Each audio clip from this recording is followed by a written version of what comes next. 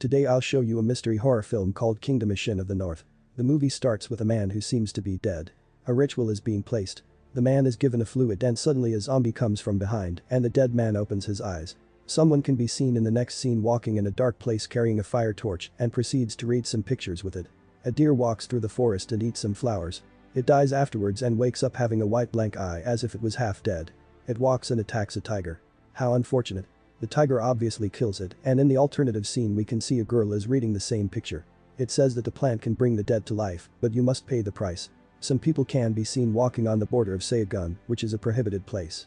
They hear some noise from the border of the next country. They see that some people have been killed with bodies there.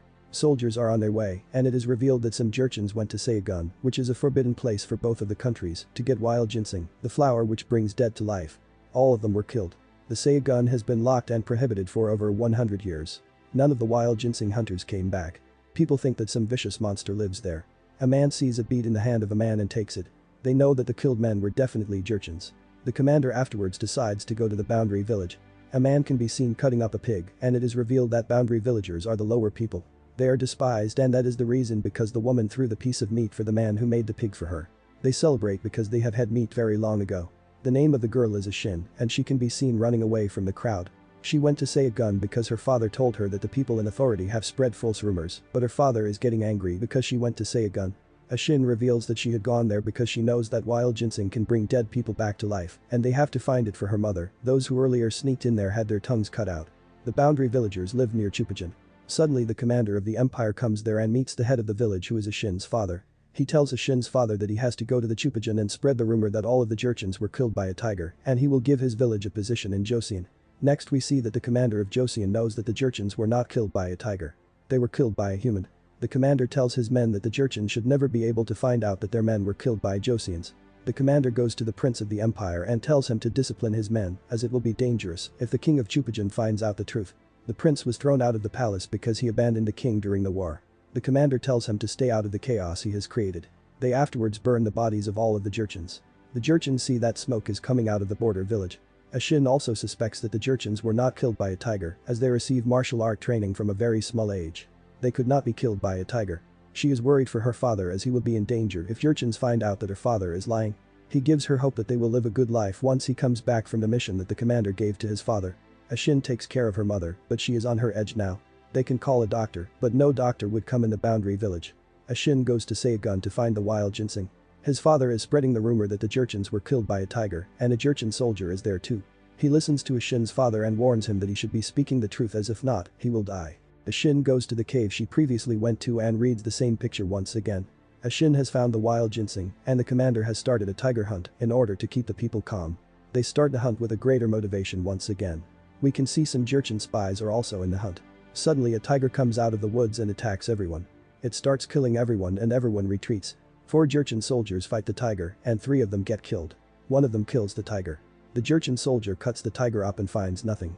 He knows that the Jurchens were not killed by the tiger. He warns them as he mentions that he will take revenge for his fellow soldier. Shin is running from Saigon taking the flower. Shin is away and her house strikes something. They think that it's awesome, but it's not. We see flying arrows coming and people are attacked by the Jurchen soldiers. Shin comes back and sees her village destroyed. The only thing she finds are the corpses. She cries. Shin goes to the Joseon commander and asks them to avenge her father's death as he was loyal to the country all his life. She offers herself as she would do anything in return. Shin stays in Joseon and there she practices archery. She works for the commander now. She traveled from the river to the Jurchen's land where she hid and made a map of the places. She continues to stay there and years pass. Shin stays loyal to the country and makes maps traveling across the rivers. This goes on for years. She one day goes to the Jurchen border camp and sneaks in there. A soldier comes in and feeds someone mercilessly. Shin is watching all of that. She sees that it's her father. They cut off his legs and make him survive. Shin cries as she sees her father in such terrible condition. Her father begs to kill him as he is in pain. Shin cries and asks her father to go back, but he is not in the condition to go back. She takes her father's constant pain away. Shin goes back and there she sees his country going on a war. Shin sneaks into Chupajan's base military office and there she reads the messages sent by the commander of her own country. We see that the commander blamed their soldiers' death on the boundary village where Shin lived. She gets shocked as she has been betrayed by her own country. She remembers her villagers' deaths and her father's words. Shin feeds the flower to the guard that comes to check on her after killing him. He becomes a zombie too, and everyone is killed and fed the flower, making them as zombies. Everyone in the military base has started to become a zombie. Ashin is avenging her father's death herself. She watches everyone being killed by the rooftop of a house. Ashin goes on a massacre, killing everyone who is getting away from the new half-dead military camp she has created. She has no expression on her face, and she is showing no mercy to anyone. One last person manages to escape the massacre, but eventually he is not spared by Ashin. She burns them afterwards after spilling some flammable liquid on them. Ashin goes back to her village and everyone cheers up very carefully. She brings the body of the person. They all gather in a room where they have a dead goat.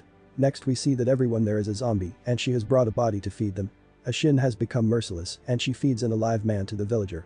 She has decided to kill everything on Jurchen and Josian's soil, and after that, she will join her villagers and become a zombie. She goes to Jurchen's soil and gives the plant to the king, who has decided to eat the plant after her death. Ashin goes on to kill the men who massacred her villagers, and a war is ahead for her. Kindly subscribe to the channel for more such videos and leave a like to help the channel out.